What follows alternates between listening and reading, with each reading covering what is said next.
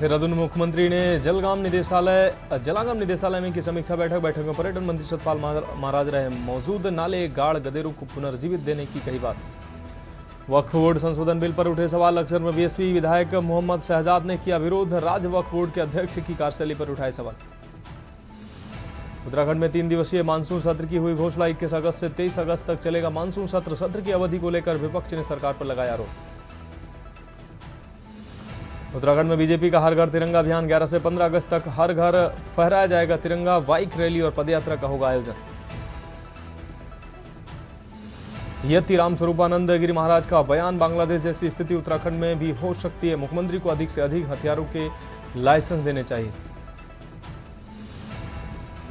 पहाड़ों से बड़े बड़े बोल्डरों का गिरना जारी। चमोली में लैंडस्लाइड का वीडियो हुआ वायरल। पहाड़ के दरकने से पत्थर गिरने का डरावना वीडियो। आप देख रहे हैं के न्यूज, खबरों का सारथी। नमस्कार, उत्तराखंड की खबरों में आपका स्वागत है। मैं हूं मनोज मानस और अब खबरें विस्तार से। देहरादून से अहम खबर है, जहां पहाड़ों से बड़े बड़े बोल्डरों का गिरना जारी है।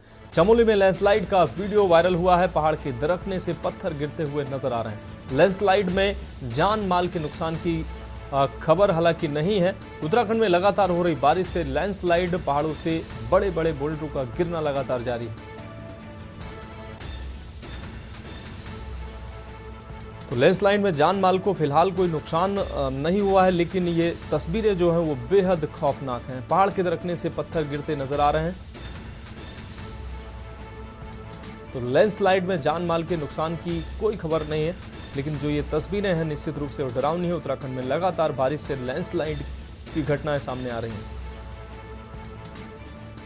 बड़े बड़े पहाड़ दरक कर गिर रहे हैं। पहाड़ों से बड़े बड़े बोल्डरों का गिरना और पहाड़ों का दरकना लगातार जारी है।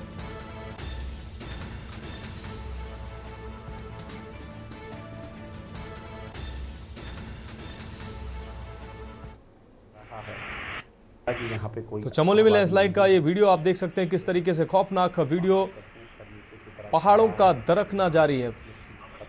ये तस्वीरें आप देख सकते हैं, डरावनी तस्वीरें। आपको बता दें, उत्तराखंड में लगातार इस तरीके की तस्वीरें देखने को मिल रही हैं, जिससे लोग एक तरफ सहमे हुए हैं, वहीं कई ऐसी घटनाएं हुई हैं जिसमें जान माल का नुकसान भी हुआ। हालांकि इस घटना में जान माल का नुकसान फिलहाल नहीं हुआ है, लेकिन ये जो तस्वीरें हैं वो निश्चित रूप से डरावनी तस्वीरें हैं। तो पहाड़ों से बड़े बड़े बोल्डरों का गिरना लगातार जारी है।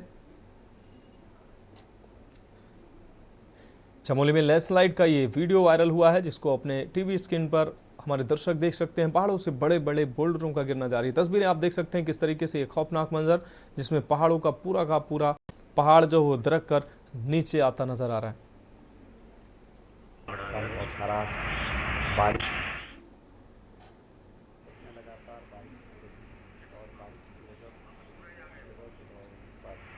लैंडस्लाइड की तस्वीरें सामने आ रही हैं।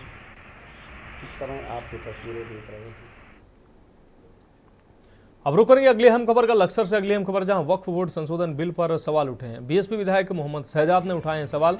बिना राय वक्फ बोर्ड के नियमों में संशोधन का आरोप लगाया। कहा वक्फ बोर्ड की संपत्ति सरकार की नहीं है।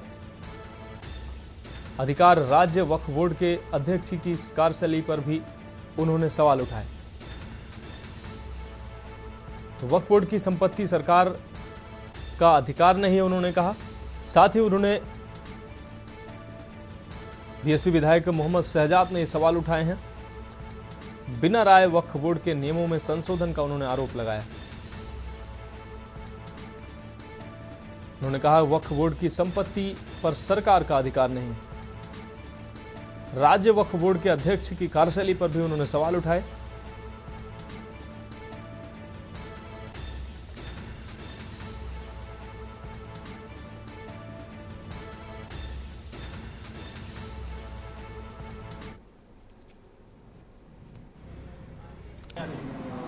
संशोधन केंद्र सरकार करने जा रही है, वो प्रॉपर सही नहीं है। कभी भी वक्फ बोर्ड सदस्यों से, बोर्ड से, मुस्लिम समाज से कोई चर्चा नहीं की गई, कोई सलाह मशवरा नहीं किया गया। संशोधन करने से पहले जनता के पास भी लाना चाहिए वो क्या चाहते हैं। हमें ही खुद पता नहीं वो करना क्या चाहते हैं। ये संपत्ति वक्फ की संपत्ति मुस्लिम समाज की दान दी हुई संपत्ति है, ना कि सरकार की संपत्ति है। सरकार को इस पर हक नहीं है, या वो ज़बरदस्ती कर ले। भारत में मुस्लिम समाज के साथ ज़बरदस्ती हो रही है, ज्यादती हो रही है, इसी का एक हिस्सा है और कुछ नहीं। क्या लगता है, क्या मंशा है सरकार की? गलत मंशा है, मुस्लिम के खिलाफ ज़्यादा है और क्या है। सादाब संघ के बारे में क्या कहना है कि किस तरह कार्यकाल रहा? सादाब संघ में क्या किया 3 साल में, 2.5 साल में, बताए तो सही क्या कर लिया है। तो उत्तराखंड की खबरों में वक्त एक ब्रेक का है, जल्द हाजिर होंगे। आप देख रहे हैं के न्यूज, खबरों का सारथी। ब्रेक के बाद उत्तराखंड की खबरों में एक बार फिर से आपका स्वागत है। अब रुक करते हैं अगली अहम रिपोर्ट की। उत्तराखंड में निकाय चुनाव के मुद्दे पर सियासत थमने का नाम नहीं ले रही है। आपको बता दें, कोर्ट में 6 माह के भीतर निकाय चुनाव कराने की बात कहने के बावजूद राज्य सरकार अब तक निकाय चुनाव नहीं करा पाई है, जिसके बाद एक बार फिर से यह मामला कोर्ट में चला गया है। नैनीताल हाईकोर्ट ने राज्य में समय पर निकाय चुनाव न कराए जाने को लेकर दायर जनहित याचिका पर सुनवाई की है। जनहित याचिका में कहा गया है कि पूर्व हुई सुनवाई के दौरान सचिव शहरी विकास ने कोर्ट में पेश होकर कहा था कि 6 महीने के भीतर राज्य में नगर निकायों का चुनाव करा लिया जाएगा, लेकिन अभी तक सरकार ने चुनाव नहीं कराए हैं और प्रशासकों का कार्यकाल और बढ़ा दिया गया है। वहीं अब इस पूरे मामले में अगली सुनवाई 13 अगस्त को नैनीताल हाईकोर्ट में निर्धारित की गई है।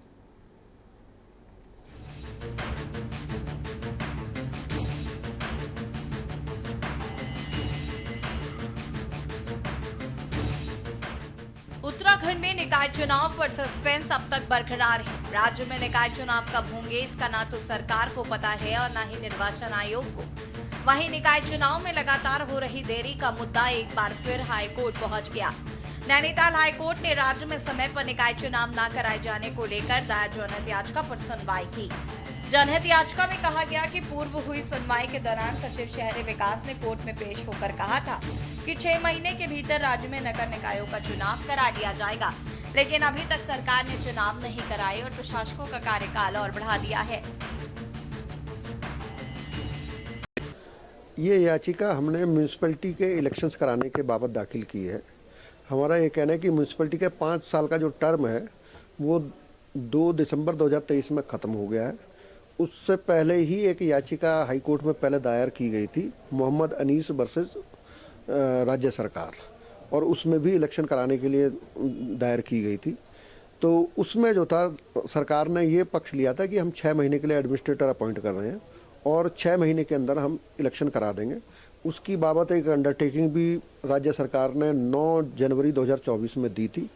उसके बाद वो पिटीशन डिस्पोज ऑफ हो गई उसी अंडरटेकिंग के लाइट में, और राज्य सरकार ने जून में जो टर्म ख़त्म हो रहा था 6 महीने एडमिनिस्ट्रेटर का, उसमें इलेक्शन नोटिफाई नहीं किया और उन्होंने 3 महीने के लिए 2 जून 2024 में एक नया नोटिफिकेशन जारी करके एडमिनिस्ट्रेटर्स का टर्म एक्सटेंड कर दिया। 3 चीजें बहुत प्रमुख है, मैं अनेकों बार कहा है, मैं आज भी दोहरा रहा हूँ। सीमांकन की प्रक्रिया और उसके बाद आरक्षण की प्रक्रिया के बाद हम चुनाव कराने की स्थिति में होंगे और सरकार पूरी तरह से तैयार है। जैसे ही ये सीमांकन होगा और आरक्षण की जो स्थिति है वो क्लियर होगी, हम चुनाव कराएंगे। समझ से परे है कि एक ऐसी प्रचंड बहुमत की सरकार है जो निर्णय लेने में ही अक्षम है। इतने समय से प्रशासन के पास है नगर निगम, और हालात आप देख रहे हैं, जल भराव की स्थिति से जो है जनता निपट रही है, विकास कार्य पूरे नहीं हो पाए, और अब निकाय चुनाव कराने में जिस तरह की हीला हवाली इनकी तरफ से की जा रही है वो बिल्कुल संविधान विरोधी है। और कहीं ना कहीं आप देखिए कि जैसे ही कार्यकाल समाप्त होने की तिथि नज़दीक आती है, उसके 6 महीने पहले से ही नए चुनाव की प्रक्रिया शुरू हो जानी चाहिए थी। लेकिन पता नहीं कौन सी कुंभकर्ण की निद्रा में ये सरकार थी कि कार्यकाल जो है दिसंबर में पूरा हो गया और आज हम अगस्त महीने में खड़े हैं। अभी तक भी चुनाव प्रदेश में ना होना कहीं ना कहीं विकास कार्यों को प्रभावित करने वाला है। आपको बता दें कि प्रदेश के 100 नगर निकायों का 5 वर्ष का कार्यकाल पिछले साल 2 दिसंबर 2023 को खत्म होने के बाद इन्हें प्रशासकों के हवाले कर दिया गया था। इसके बाद भी धामी सरकार ने जून 2024 में 3 महीने के लिए प्रशासकों का कार्यकाल बढ़ा दिया था। वहीं एक बार फिर प्रशासकों का कार्यकाल सितंबर महीने में पूरा हो रहा है, लेकिन निकाय चुनाव को लेकर असमंजस अभी बरकरार है। वहीं राज्य निर्वाचन आयोग का कहना है कि वो निकाय चुनाव के लिए तैयार है। आयोग की ओर से संवेदनशील और अति संवेदनशील मतदेय स्थलों का चिन्हीकरण की कार्रवाई की जा रही है। साथ ही शासन स्तर पर आरक्षण की प्रक्रिया गतिमान है। शासन से आरक्षण की स्थिति प्राप्त होते ही राज्य निर्वाचन आयोग की ओर से निकाय चुनाव की अधिसूचना जारी की जाएगी। जो नगर निकाय चुनाव होने हैं उनमें से 93 नगर निकायों के लिए हम लोग अभी तक मतदाता सूचियों का अंतिम प्रकाशन हम कर चुके हैं 2/2/2024 को। इसके अतिरिक्त 6 हमारी नगर निकाय हैं जिनके नाम हैं नरेंद्र नगर, रुद्रप्रयाग, हरबटपुर, कीर्तिनगर, रुड़की एवं बाजपुर। इनका भी हम लोगों ने विस्तृत पुनरीक्षण जो है उसका शेड्यूल निकाल दिया है और जो कि 9/8/2024 को हमारा कंप्लीट हो जाएगा। हमारी मतदाता सूचियाँ तैयार हो जाएंगी। इस प्रकार जो है 93 + 6 99 स्थानीय निकायों की हम लोग की तैयारी है। हम लोगों ने इसमें जितने भी मतदेय स्थल हैं, जितने भी हमारे उसके केंद्र हैं, हमने उसकी स्वीकृतियां जनपदों को प्रदान कर दी हैं। सरकार की कोई मंशा निकाय चुनाव को टालने की नहीं है और हमेशा सरकार चुनाव के प्रति गंभीर है। चुनाव समय से कराए जाने के लिए तैयारी पूरी हो गई है और अब चुनाव के लिए हम तैयार हैं और सरकार भी तैयार है। और भारतीय जनता पार्टी एक ऐसा संगठन है जो हमेशा चुनाव के लिए तैयार रहता है। भारतीय जनता पार्टी का प्रत्येक कार्यकर्ता हर समय चुनावी मोड में रहता है। कोई ना कोई किसी न किसी कार्यक्रम को लेकर हम जनता के बीच में जाते रहते हैं और जनता में हम केवल चुनाव के लिए नहीं जाते, सेवा भाव के लिए भी जाते हैं, सेवा के काम भी करते हैं। इसलिए भारतीय जनता पार्टी और हमारी सरकार चुनाव के लिए एकदम तैयार है। जैसे ही कोर्ट का आदेश आएगा तुरंत चुनाव होंगे। 7 साल से प्रचंड बहुमत की सरकार राज्य में भारतीय जनता पार्टी की है और 7 सालों से बातें ही बातें हो रही हैं, वादे ही वादे किए जा रहे हैं, लेकिन कोई वादा पूरा हो। जनता लगातार पूछ रही है कि इन वादों को पूरा भी होना चाहिए। स्मार्ट सिटी का ही मामला आप देख लीजिए। स्मार्ट सिटी पे 2018 से जनता बाट जो रही है कि अब स्मार्ट सिटी बनी, तब स्मार्ट सिटी बनी। जनता की गाड़ी कमाई तो पानी की तरह बहा दी गई, लेकिन स्मार्ट सिटी बन करके तैयार नहीं हुई है। और हर मामले में आप देख लीजिए, जो सब्ज बाग दिखाते हैं वो धरातल पे उतरते ही नहीं है। चारों ओर भ्रष्टाचार है और भ्रष्टाचार की बात भाजपा की विधायक ही कई बार कह चुके हैं, मुख्यमंत्री को पत्र लिख चुके हैं कि स्मार्ट सिटी के भ्रष्टाचार की जांच होनी चाहिए। पूर्व मुख्यमंत्री तीरथ सिंह रावत जी ने तो यहाँ तक कहा कि कोई विभाग ऐसा नहीं जहाँ 20% और 40% कमीशन के बिना काम हो रहा हो। कुल मिलाकर राज्य में एक बार फिर निकाय चुनाव पर सियासी वार पलटवार शुरू हो गया है। एक ओर जहां सरकार निकाय चुनाव के लिए पूरी तैयारी का दावा कर रही है, तो वहीं दूसरी ओर निर्वाचन आयोग भी पूरी तैयारी की बात कर रहा है। लेकिन बड़ा सवाल ये है कि यदि सब कुछ तैयार है तो फिर निकाय चुनाव राज्य में क्यों नहीं कराए जा रहे। Uttarakhand desk report. तो उत्तराखंड की खबरों में वक्त एक ब्रेक का है। ब्रेक के बाद अन्य खबरों के साथ जल्द हाजिर होंगे। आप देख रहे हैं के न्यूज, खबरों का सारथी।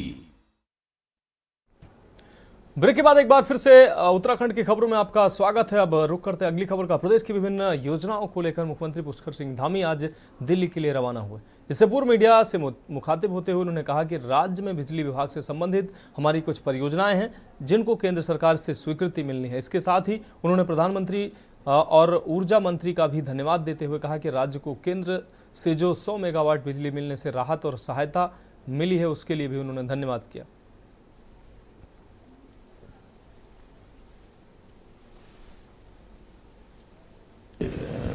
बिजली विभाग से संबंधित जो परियोजनाएं हैं उन योजनाओं को भारत सरकार के स्तर पर स्वीकृति प्राप्त होनी, उन्हीं के संबंध में मैं निवेदन करता हूँ।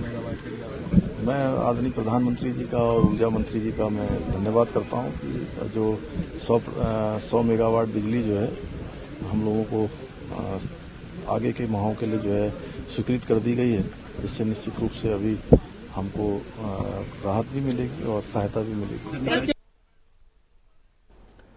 अब रुक करेंगे अगली खबर का। खबर देहरादून से, जहां मुख्यमंत्री पुष्कर सिंह धामी ने आज देहरादून के इंदिरा नगर स्थित जलागम निदेशालय पहुंचकर जलागम विभाग की समीक्षा बैठक की। बैठक में पर्यटन मंत्री सतपाल महाराज, मुख्य सचिव राधा रतूड़ी समेत विभागीय वरिष्ठ अधिकारी भी मौजूद रहे। आपको बता दें कि सीएम धामी ने देहरादून के इंदिरा नगर स्थित जलागम निदेशालय में बैठक की। इस दौरान मुख्यमंत्री ने वहां पौधारोपण भी किया। बैठक को लेकर मुख्यमंत्री पुष्कर सिंह धामी ने कहा कि समीक्षा बैठक में युवाओं को रोजगार से जोड़ने व महिला सशक्तिकरण के क्षेत्र में जो स्रोत सूख गए हैं, जैसे नाले, गाड़, गदेरों को पुनर्जीवन देना व रिचार्ज करना है। इसके साथ ही जो ग्रामीण क्षेत्र हैं उनको अपनी योजना में लेकर आगे जलागम विभाग विकास में विशेष रूप से प्रयास करे। इस बैठक में पर्यटन मंत्री सतपाल महाराज, मुख्य सचिव राधा रतूड़ी समेत विभागीय वरिष्ठ अधिकारी मौजूद रहे।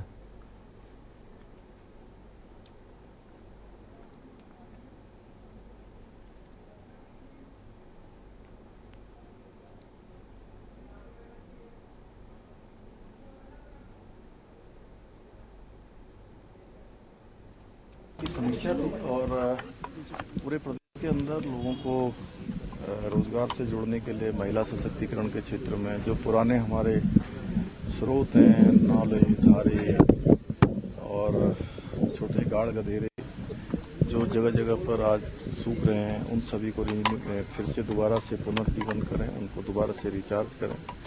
और जो हमारे ग्रामीण क्षेत्र हैं और वाइब्रेंट विलेज हैं, उन सभी गाँवों को भी जो है जलागम विभाग अपनी योजना में लेकर विकास के लिए विशेष रूप से ध्यान देगा। बहुत महत्वपूर्ण बैठक थी और सबसे पहले तो मैं मुख्यमंत्री जी को धन्यवाद देना चाहता हूं जो इस कैंपस में पधारे। ये पहली बार है कि इस कैंपस में मुख्यमंत्री, चीफ सेक्रेटरी और सारे जो है हमारे जितने भी अधिकारीगण थे सब आए और बड़ी सौहार्दपूर्ण वातावरण के अंदर बैठक हुई। और इसके अंदर जो ग्रीन हाउस गैसेज हैं उनको कम करने के लिए विचार विमर्श किया गया जो है, और निश्चित रूप में आगे कैसे इनकम बढ़े हमारे गांव वालों की, उस पर जो है विचार किया गया। सहारा का जो प्रोजेक्ट है उसके बारे में पूरी विस्तृत जानकारी हमको मिली है और ये बहुत बड़ा प्रोजेक्ट है, 1000 करोड़ से ऊपर का प्रोजेक्ट है और इससे उत्तराखंड को बड़ा लाभ मिलने वाला है। अगली खबर का रुख करते हैं। मुख्यमंत्री पुष्कर सिंह धामी ने आज देहरादून के इंदिरा नगर स्थित जलागम निदेशालय पहुंचकर जलागम विभाग की समीक्षा बैठक की। बैठक में पर्यटन मंत्री सतपाल महाराज, मुख्य सचिव राधा रतूड़ी समेत विभागीय वरिष्ठ अधिकारी भी मौजूद रहे। आपको बता दें, सीएम धामी ने देहरादून के इंदिरा नगर स्थित जलागम निदेशालय में बैठक की है। इस दौरान मुख्यमंत्री ने वहां पौधारोपण भी किया। मुख्यमंत्री पुष्कर सिंह धामी ने समीक्षा बैठक में युवाओं को रोजगार से जुड़ना व महिला सशक्तिकरण के क्षेत्र में उन्होंने बल दिया।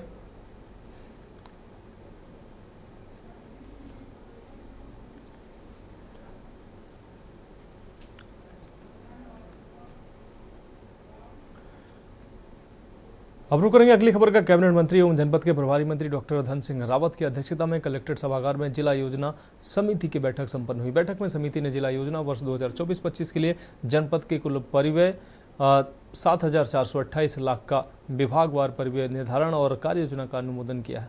जनपद को 486 बेसिक शिक्षक दिए जाएंगे। प्रमुख विषयों में 103 सहायक अध्यापक दिए जा रहे हैं। अभी 1500 एलटी टीचर की नियुक्ति के लिए परीक्षा हो रही है। इसके अलावा 6000 प्रधानाचार्य की भी नियुक्ति की जाएगी, जिससे विद्यालयों में शिक्षकों के रिक्त पद भरे जाएंगे।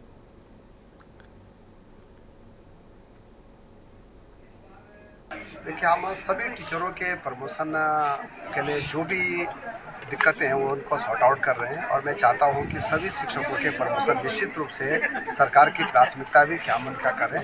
और पहली बार हमने काउंसलिंग के आधार पर टीचरों के ट्रांसफ़र किए हैं। उससे हमारे सारे शिक्षक साथी भी सरकार का धन्यवाद दे रहे हैं कि सरकार ने अच्छा निर्णय किया है।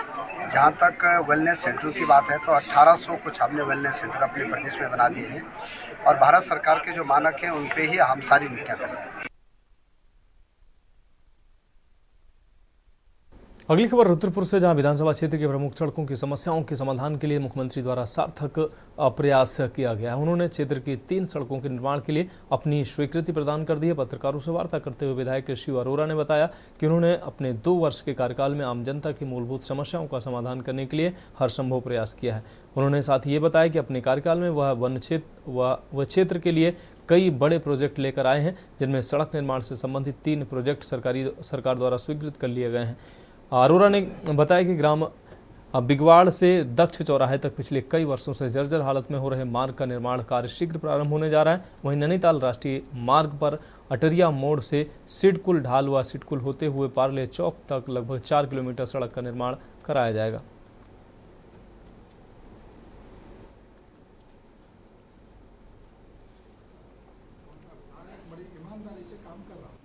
लेकिन रुद्रपुर विधानसभा के कुछ ऐसे मार्ग हैं जो पिछले 10 साल से 15 साल से बिल्कुल ध्वस्त थे और उसमें हजार लाखों लोग वहाँ से आवागमन करते थे। ऐसे एक मुख्य मार्ग बिगवाड़ा से लेके तीन पानी डैम दक्ष चौराहे तक वो लगभग 3.5 किलोमीटर का है, जिसकी मांग बहुत बड़ी चल रही थी। और ऐसे ही NH से लेके अटरिया मंदिर होते हुए सिडकुल ढाल से होते हुए 4 किलोमीटर का वो रास्ता, वो भी बिल्कुल छिन्न भिन्न था। और एक है हमारा जो झील से लेकर चामुंडा मंदिर तक ट्रांजिट कैंप का, ये 3 प्रमुख मार्ग है जिससे लाखों लोग निकलते हैं और पिछले 10-15 साल से उनकी दुर्दशा थी। ऐसे लगभग ये 7.5-8 करोड़ रुपए के जो काम है, उन कामों की स्वीकृति हुई है, उनके शासनादेश हुए हैं और उनका टेंडर होने जा रहा है।